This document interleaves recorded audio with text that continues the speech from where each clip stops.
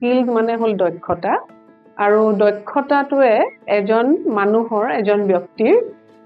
হয় কৰ্ম সংস্থাপনৰ ক্ষেত্ৰত সহায় কৰে তেওঁক সামাজিকভাৱে প্ৰতিষ্ঠা লাভ কৰোঁতে সহায় কৰে the soft skills play a very important role in enabling you to acquire a good position a good amount of success in life because the hard soft skills will complement your hard skills তেওঁ মানে মোক থ্ৰেটেনিং এ দিছে যে আপুনি class লবনে নলয় এনে ধৰণৰ এটা কথা গতিকে তাক মই ক'লো যে তুমি এই প্ৰশ্নটো এনে ধৰণে ফ্ৰেম কৰি সফট স্কিলক যদি আমি একেবাৰে তেনেই নেগলেক্ট কৰো তেতিয়া আসলতে হিমানখিনি সফলতা তুমি নিজে ভবা ধৰণৰ সফলতা পোৱাটোত অকমান কষ্ট হয়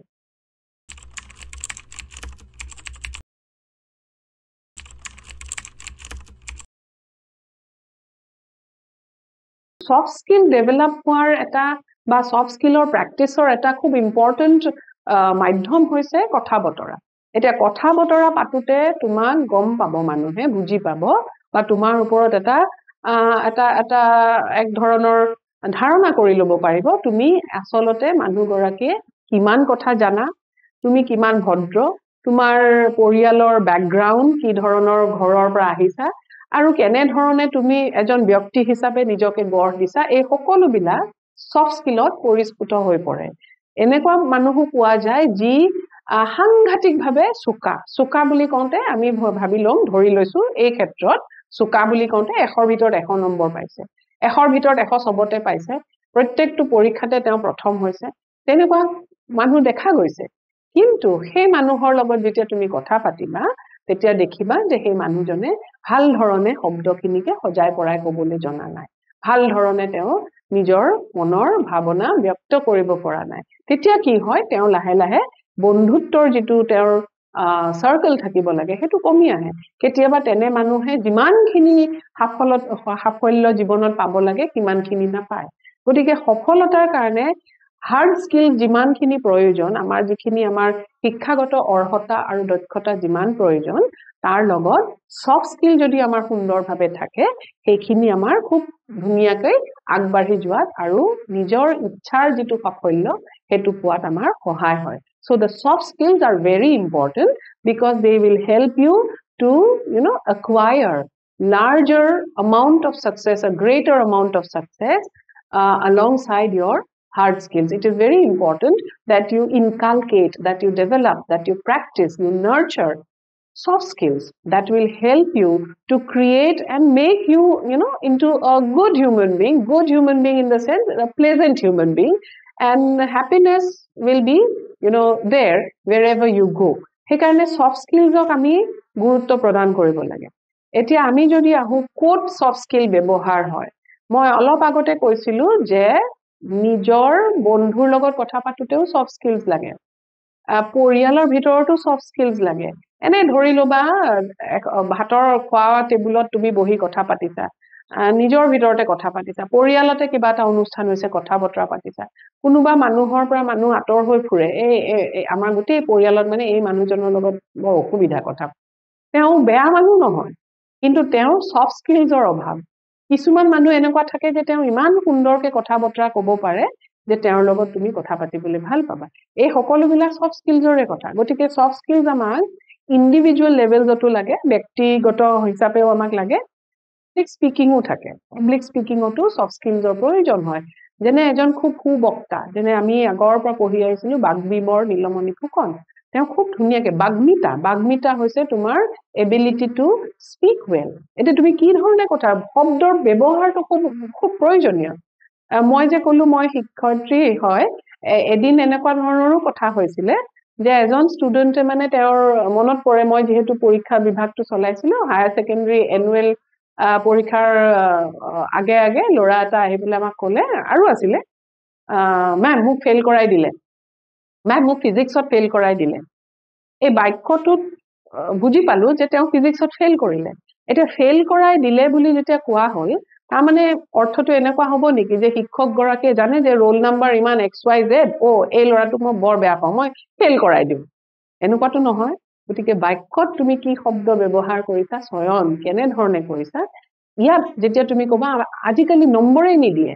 আজিকালি মাষ্টৰে ভালকে বহিয়েই নাচায় এইটো কথা নহয় তুমি লিখিছা কেনেকে তাৰ ওপৰতো কথা যেতিয়া তুমি দায়িত্বটো বেলেগ এজনলৈ দিবা তোমাৰ দায়বদ্ধতাটো বেলেগ এজনলৈ দিলা তাৰ মানে তুমি তাৰ পৰা মুক্ত হৈ গলা বহিখনটো তুমি কল কৰি আনিও চাব পাৰিবা মাষ্টৰে ভালকে চাইছে নে নাই তুমি কি লিখিছা আৰু কিমান নম্বৰ পাইছা তুমি নিলিখাকে কোনো টিচাৰে তোমাক নম্বৰ দিব নোৱাৰে তুমি ভাল লিখিলে কোনো টিচাৰে তোমাক নম্বৰ নিদিয়াকে থাকিব নোৱাৰে আৰু তুমি বেয়া লিখিলে তোমাক কোনো টিচাৰে নম্বৰ দিবও নোৱাৰে এইকিটা কন্ডিশন মনত ৰাখিব লাগিব এইকিটা কন্ডিশন যদি তুমি ৰাখিলে এই বাক্যটো মেম মোক ফিজিক্সত ফেল কৰাই দিলে তেতিয়াহলে সাংঘাতিকভাৱে ভুল এটা বাক্য এনে ধৰণৰ কথা মোক বেয়াকে ৰাখিলে তেনেকে নহয় মই নোৱাৰিলো গতিকে এইটোত তোমাৰ ব্যক্তিত্বৰ কথা কিছুমানো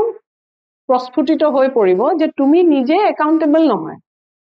তুমি নিজেই নহয় কাৰণে তুমি আনৰলে দুখটো ঠেলি দিছা সেইটো সফট স্কিলৰ এটা পাৰ্ট য'ত তুমি যদি অসুবিধা পাইছা কি ধৰণে তুমি অসুবিধাটো ব্যক্ত কৰিবা মেম মই দেখোন লিখিছিলো মই ইয়াতকে অলপ ভাল নম্বৰ পাব লাগিছিলে কি বা হল অকমান দেখুৱাই দিলে ভাল আছিলে মই ক'তনো বেয়া কৰিলো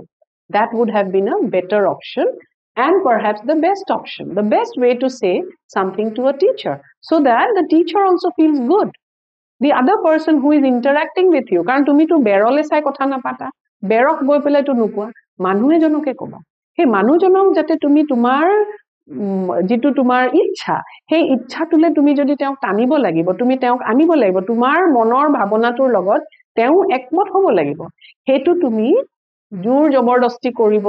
নোৱাৰা জোৰ জবৰদস্তি যেটো কৰা যায় হেতু ভাল নহয় যেটো তেওঁ ইচ্ছাকৃতভাৱে কৰিব হেতু তোমাৰ কোৱালিটিটো ভাল হ'ব ঠিক সেই ধৰণে তুমি যেতিয়া এটা ইন্টাৰভিউলে যাবা কোনোবা এটা ধৰণৰ তোমাৰ এটা ইন্টাৰভিউ আছে এই ইন্টাৰভিউটো ফৰ এক্সাম্পল এখন দুৱাৰ খুলি তুমি সোমাই যাবা তোমাক এজন বাহিৰৰ পৰা মানুহে ক'ব যে তুমি যোৱা তোমাক মাতিছে তুমি দুৱাৰখন খুলি ঘৰকে সোমাই গলে নহব তুমি দুৱাৰখন তোমাক মাতিছে ঠিকই কিন্তু তাত তোমাক ইন্টাৰভিউ লবলৈ মানুহ বহি আছে গতিকে তোমাৰ প্ৰয়োজনীয় হ'ব তুমি হয়তো ফাৰ্স্ট ক্লাস ফাৰ্স্টে হ'ব পাৰা তোমাতকে বেছি নম্বৰ কোনেও পোৱা নাই ধৰিবা তথাপিও তোমাক ইন্টাৰভিউ লবলৈ থকা মানুহখিনি তোমাতকৈ বয়সত ডাঙৰ তেওঁলোক তোমাতকৈ অভিজ্ঞ তেওঁলোকৰ হয়তো শৈক্ষিক অৰ্হতা তোমাতকৈ বেছি তেওঁলোকে হয়তো জীৱনৰ পৰা বহুত বস্তু শিকিছে সেইখিনি তুমি পোৱা নাই গতিকে তুমি দুৱাৰখন খুলি তেওঁলোকৰ অনুমতি ল'ব লাগিব মে আই কাম ইন আকৌ মে হেকাৰণে ইংৰাজী পঢ়োতে মডেলছ বিলাকৰ কাম থাকে মে আৰু ক্যান উইল আৰু would shall আৰু should will আৰু would দুটাৰ মাজত ডিফাৰেন্স আছে বেছি নম্ৰকে ক'বলৈ হলে would may shall এইখিনি হল সফট মডেলছ এতিয়া গতিকে উলাই সোমাবলৈ ৰুমটোৰ ভিতৰত কোঠালিটোত সোমাবলৈ can I come in বুলি ক'লে নহয় may I come in can I come in বুলি ক'লেও পাৰমিশনৰ কথাই হ'ব but may I come in is more polite may I come in please তুমি সোমাই আহিলা সোমাই আহাৰ পিছত বহিবলৈ নোকোৱালৈকে নবহিবা এইখিনি হল তুমি ইন্টাৰভিউ দিবলৈ যোৱা কথা এইখিনিতে মই আন এটা কথা কৈ থওঁ তুমি যেনিবাতে এজন ডাঙৰ বিষয়া তোমাক লগ কৰিবলৈ কোনোবা এজন মানুহ আহিছে তুমি তেওঁ সোমাই আহাৰ পিছত তেওঁ বহিবলৈ কোৱাটো তোমাৰ ভদ্ৰতা হেতু এটা সফট স্কিল বহুত সময়ত দেখা যায় তেনেকুৱা ধৰণৰ মানুহৰ কাৰ্যালয়ত কোঠালিত তেওঁ মানুহজনক আগন্তুকজনক বহিবলৈ নকয় বহিবলৈ নোকোৱাকৈ বহি দিয়াটো যেনেকে অভদ্ৰতাৰ চিন তেনেকে বহিবলৈ নকৈ থিয় কৰাই ৰখাটো অভদ্ৰতাৰ চিন গতিকে এই কথাবিলাকো সফট স্কিলৰ ভিতৰতে পৰে বুজি পাইছা তোমাৰ কামটো হয়তো নহবও পাৰে কিন্তু যেহেতু তুমি এজন ভদ্ৰ মানুহ যেহেতু তুমি নিজেও এজন মানে ভদ্ৰভাৱে মানুহক ধৰা তোমাৰ কোঠালিলৈ আনিছা সেই মানুহজনৰ কামটো নোহোৱাৰ দুখটো যেটো থাকিব হেতুৱে তোমাক লগ পোৱাৰ যেটো সুখ তেওঁ পালে যে তুমি এজন ভদ্ৰ মানুহক লগ পালো কামটো নহল কিন্তু তেওঁক মই লগ পাই বৰ ভাল পালো এই বস্তুটো আনিব পৰা ক্ষমতাটো সফট স্কিলৰ হয় গতিকে ইন্টাৰভিউ দিবলৈ যাওঁতে তুমি গোপাই সোমাই গৈ চকীখন টান মাৰি লৈ বহিলা হেতু নহয় may I come in sir may I come in ma'am please আহিলা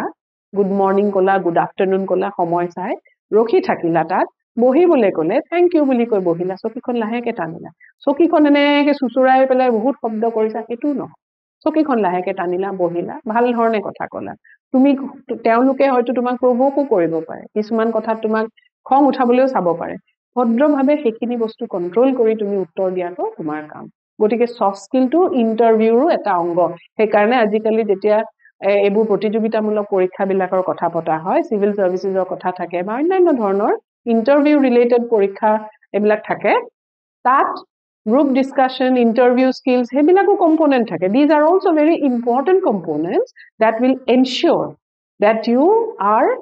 100% prepared. It is not only important to have very, very good scores in your, formal educational performance, but that 100% score or the best or the excellent score will be useful only when you have a good set of soft skills. Like kind of gestures, body language, your use of words, the manner in which you behave and perform, conduct yourself in the presence of a single individual who may be your friend or who may be your interviewer or your teacher or anybody in society, or in the presence of other people in the society, in a public space. You will see that the role of soft skills is very, very important to allow other person to understand that you are a person of decency. That decency is very important. বহুখিনি সময়ত আমি শুনা পাওঁ যে attitude থাকিলেই হৈ যায়, আৰু বিশেষকৈ ইয়াং জেনেৰেশ্যনৰ এটিটিউডৰ কথা কয়, কিন্তু মুখখন খুলিলেতো গম পাবা তোমাৰ যদি দক্ষতা নাথাকে, তোমাৰ যদি সফট স্কিল নাথাকে, অকল এটিটিউড দিলে আচলতে একো কাম নহয়। এইটো কথা তোমালোকে মনত ৰাখিবা। আৰু সফলতাৰ কাৰণে, সাকসেছৰ কাৰণে কোনো ধৰণৰ শৰ্টকাট নাই। সেই শৰ্টকাটত যিসকলে সাকসেছফুল হৈছে, সেই তেনে ধৰণৰ শৰ্ট ডিস্টেন্সতে সেই সাকসেছটো ৰখি যাব। যদি তোমালোকে মন কৰিবলৈ চোৱা, মন কৰি পেলাই চোৱা, চাৰিওফালে দেখিবা শৰ্টকাটত যিসকলে সফলতা পাইছে, সেয়া সফলতা বহুত দূৰলৈকে বা বহুত দিনলৈকে টিকি থকা নাই। আকৌ আমি সফট স্কিললৈ ঘূৰি আহো। Interview skill, public speaking. Public স্পিকিঙতো সফট স্কিলৰ প্ৰয়োজনীয়তা আছে। আমি যদি ধৰা ৰাজহুৱা ক'বাত কথা পাতিছো, পাব্লিক স্পিকিং বুলি ক'লে ষ্টেজত উঠি পেলাই কথা পতাটোৱে নহয়। কোনোবাই বক্তা হিচাপে মাতিছে, সেয়াটো একেবাৰে প্ৰফেশ্যনেল কিছুমান কথা, তেনেকুৱা নহয়। আমিতো সকলোৱে গৈ পেলাই কোনোবা ষ্টেজত উঠি পেলাই মঞ্চত উঠি ভাষণ নিদিওঁ, বা আমি সকলোৱে গৈ পেলাই কাৰোবাক শিকাবলৈ নাযাওঁ। আমি বিভিন্ন সময়ত বিভিন্ন ৰাজহুৱা স্থানত কথা পাতো। এনেই ধৰি লোৱা বাটে ঘাটে গৈ থাকোতেই দেখা পাবা কিছুমান মানুহে কথা খুব সুন্দৰকে কয়, কিছুমান মানুহে একেবাৰে কথা ক'বলৈ নাজানে। তেওঁৰ হয়তো ইণ্টেনশ্যনটো খুব ভাল, ইণ্টেনশ্যনটো মনৰ ভিতৰৰ কথা, ইচ্ছাটোৰ কথা, মনত থকা যিটো ভাৱ সেইটো, কিন্তু সেই ভাৱখিনি প্ৰকাশ কৰাৰ যিটো তোমাক আহিলা লাগিব, সেইটোৱে হ'ল সফট স্কিল। সেইখিনি যদি তোমাৰ সুন্দৰ ধৰণে তুমি ভাল ধৰণে তোমাৰ নিজকে ট্ৰেইন আপ কৰি নোলোৱা, সেয়া যদি অনুশীলন কৰি নোলোৱা, তেতিয়া সফট স্কিলত তোমাৰ মাইনাছত থাকিব, আৰু তাৰ কাৰণে তোমাৰ যিখিনি হাৰ্ড স্কিল থাকিব সেইখিনিয়ে তোমাৰ নষ্ট কৰিব। গতিকে আমি যদি চাওঁ কিছুমান কেনে ধৰণৰ সফট স্কিলছনো আমাক প্ৰয়োজন হ'ব,